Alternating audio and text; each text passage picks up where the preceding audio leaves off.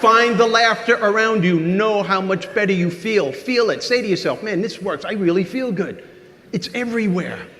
If you go to a gym, there's humor there. I work out almost every day. There was a guy at the gym today. Every gym, almost every time I work out somewhere, and I travel all over the world, there's always one guy in the gym that I call butt crack man. You know what I'm talking about? That's the guy who walks in with these baggy sweats. Everything's fine until he bends over. You know, then it's like, whoop, there it is, whoop. And you're looking at this thing, and it makes me want to get my Amex card and just swipe it, you know? You just...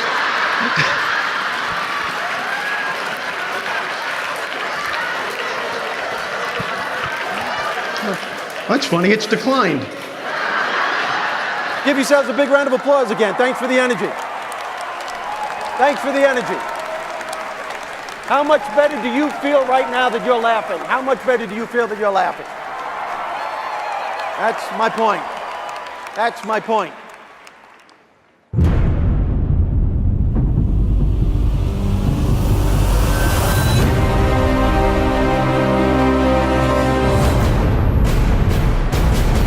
What you are going to be hearing right now, people, is not brain surgery, it's brain adjustment.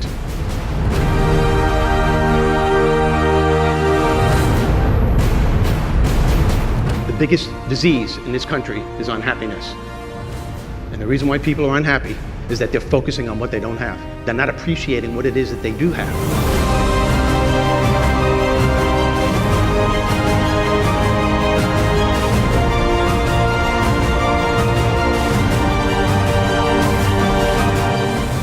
I'm going to be offering you right here what I call common sense success strategies that will not only take you to a better place in business, but in life. And in my view, that's the ultimate success.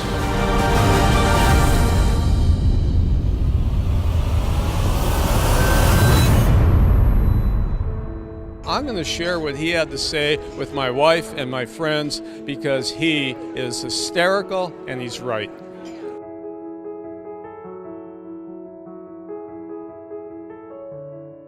Feeling good is the fuel that drives motivation.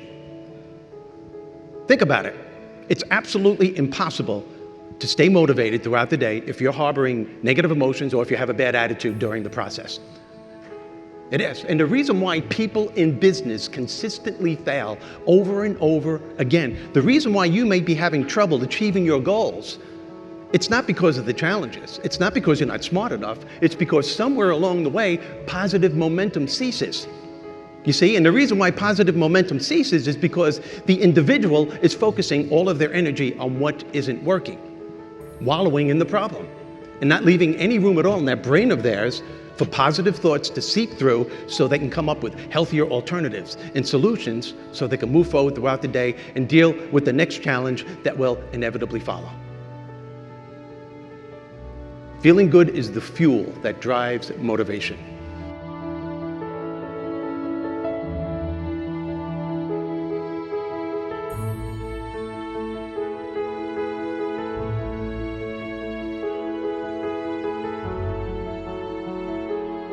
So you tell me, Steve, how is one supposed to feel good when life is bombarding him with this stuff day in and day out? Drugs. I'm selling product in the back of the room, by the way. It's amazing the feeling that you get when you laugh. I asked you before, how much better do you feel now that you're laughing? You feel great. And it's all around your household as soon as you wake up. We have married people there. How many married people do you have out there? Oh, there's humor there.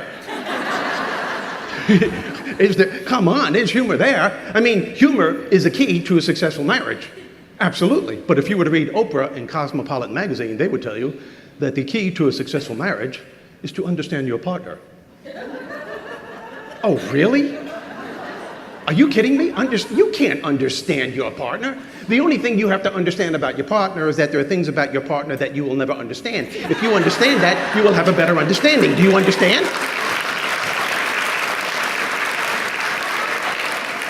And if you're married, you know what I'm talking about. I've been married to my wife for 25 years. Till this day, I can't understand why I have to get in trouble for dreams that she has. Guys, you know what I'm talking about? You wake up, good morning, don't good morning me. Well, what happened? I just had a dream that you had an affair with another woman. Guys, really, your response should never be, really? What'd she look like?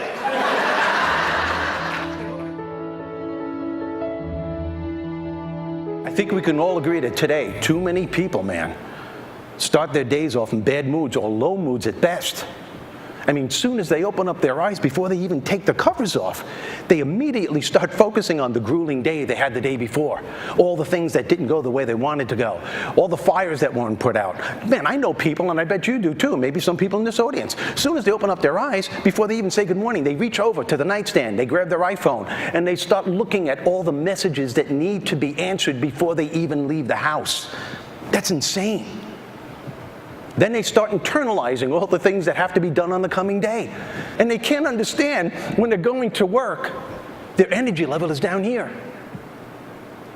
Think about what you're trying to achieve.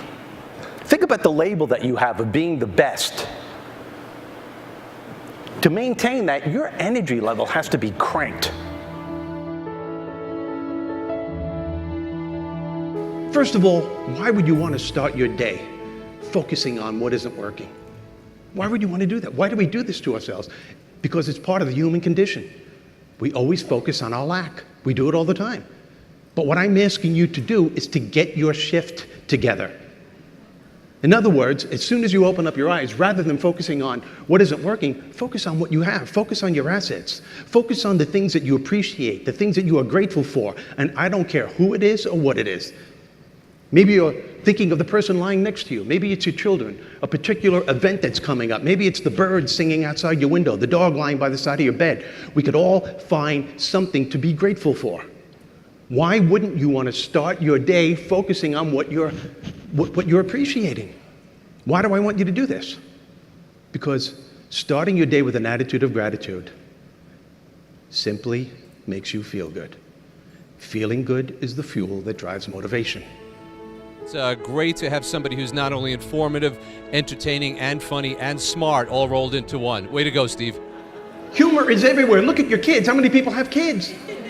Oh my God, you know, we're getting ready to go to work, and we let precious moments go by. And we can't understand why we're all stressed out. These are precious moments. We look at our kids as annoying little people that we have to take care of before we go to work. They're funny people, except for preteens. Preteens, that's a frightening category, man. People have preteens in this audience, you know what I'm talking about? Preteens are scary. I mean, preteens are like homeless people. You tell them what to do, they walk around the house mumbling, I didn't even do nothing, what are you picking on me for? Every time something goes wrong, I gotta get in trouble all the time. This place is worse than living in a prison, for crying out loud. You're probably not my real mother and father anyway, you can't be my mother and father. And you look at them and you say, what are you saying? Nothing.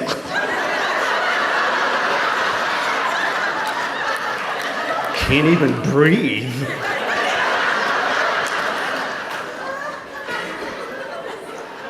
Watch how your kids grow up to be just like you.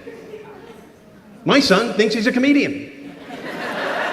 Not funny. When he was younger, when he was in elementary school, I'm serious, he was making people laugh, but he didn't know when to stop. He always thought he was on stage performing. We had a problem. He was getting in trouble. One time he came home from school. I said, hey, how was school? He said, good crowd, good crowd. I said, don't get smart with me. He said, whoa, don't worry, I don't want to confuse you. He even does impressions. First day of school, the teacher said, so young man, what's your name? And he went, well, what's it to you, lady? Teacher gave me a call, Mr. Rizzo, we have a problem. Your son thinks he's Jack Nicholson. And I'm like, what do you want me to do? He was so funny, kept the crowd energized. I'd go back and see him again and again, and don't tell him this, but I'd pay a lot of money to see him. Nothing can help you to enjoy what it is that you do more than a sense of humor. It is the instant mind shift.